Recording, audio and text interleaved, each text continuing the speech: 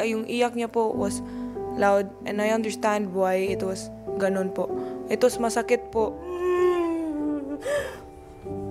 Sige, tita, you can do this.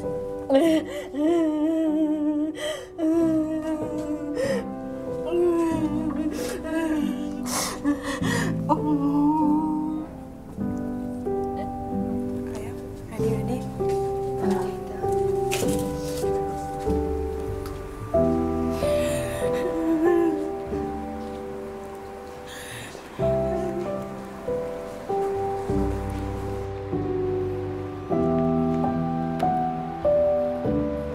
Sky po. Alam ko pa, kay. Ako po si Celia Navarro. Ako ang Jean. I'm Kai.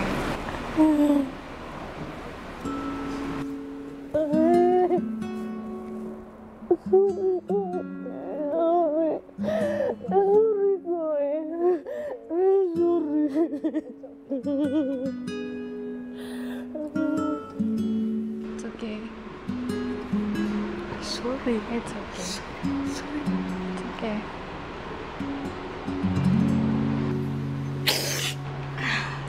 You can sit down.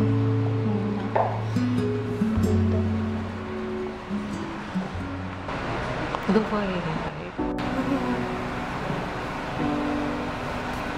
Okay. Sorry. Nga, nalayo ka na mo. Sorry, kayo. Diyo sa kalisod. Pero, sana mapasaylo ko nimo sa kayo. Pero, ako hindi ko kaya nga. Di pagita man dito ka kayo. Pero, ang kuhan dito ka sa Amerika. Pero ako diyang gikuhan sa Ginoong, sa dili pa ko mamatay.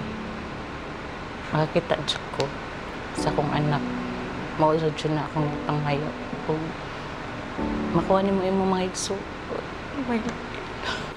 Yung papa. Maro dyan na kayo ba? Uri ko ni mga pasaylo mo sad na kay. Pero mga pasaylo dyan mo. At least lang nalipay na po bisan. Kontento na dyan kaya akong kuhan. Okay. Okay. Are you happy? Happy ka kayo?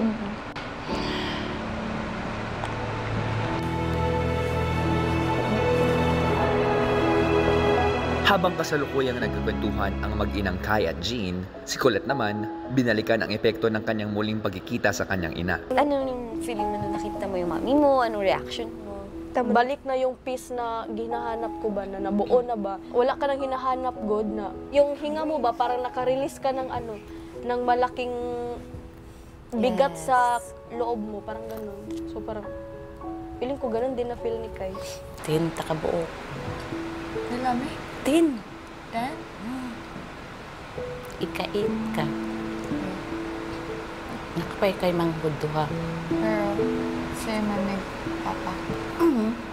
Sa'yo mo dyan mo papa. Sa 10? Sa 10. Pero, nakapagya ko na akong papa. Apa? Wait pa dyan mo papa. Ito ni anak to si Chloe. Yung maluwang na. Gingnan nila yung papa. Saan sa na mo pa kay nabuhat sa na ni mama. Kay wa man kay trabaho. Para na sa nimo ba?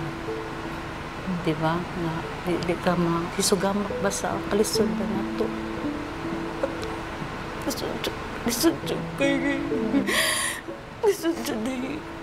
Huwag kay Inday siya kung tawag Inday. Asa na karoon si Inday? Tama mo mama, bukutan man, no? Bukutan kasi Florame na giayod juga niya kay kuan si kaniya. Wop. Basta bukutan niya. Napasalamat jud ko ni Florame biya kay bukutan kay nakakuha sa akong anak. Ayun siya. Bukutan mi sa imong anak. Diingon sa ni Florame sa imong mama. Imo naman ang mama. Hmm?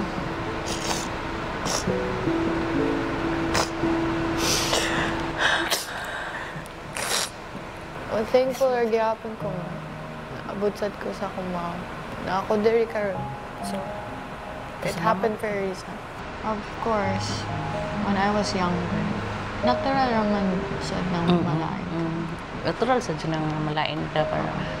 Pero, yun naman po sa mama na ako na it's okay, baka nahirapan nga kayo, kaya okay lang. Okay lang. Okay lang. Salamat kay. It's okay. Love you.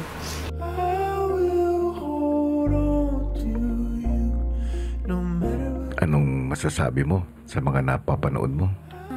Happy, kuya. At last, nagkita na po sila.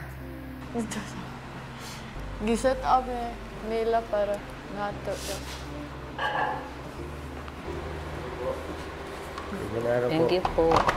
No way. Enjoy. I'm so happy for her that she has the answers to all her questions and kuya, the last piece to her puzzle.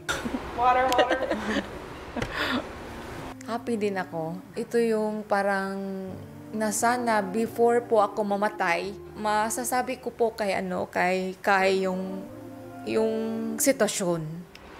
I'm so curious talaga. What are you like as a family compared to our family? Pero because of how my parents raised me, I was grateful na napunta ako sa kanila. And na-realize ko rin na wala akong reason para magalit sa'yo and sa inyo. I understand your situation. So, what you did, it may have not been the right thing to do, pero it was meant to happen. Nagkita tayo ngayon. So, I don't have a reason to be mad.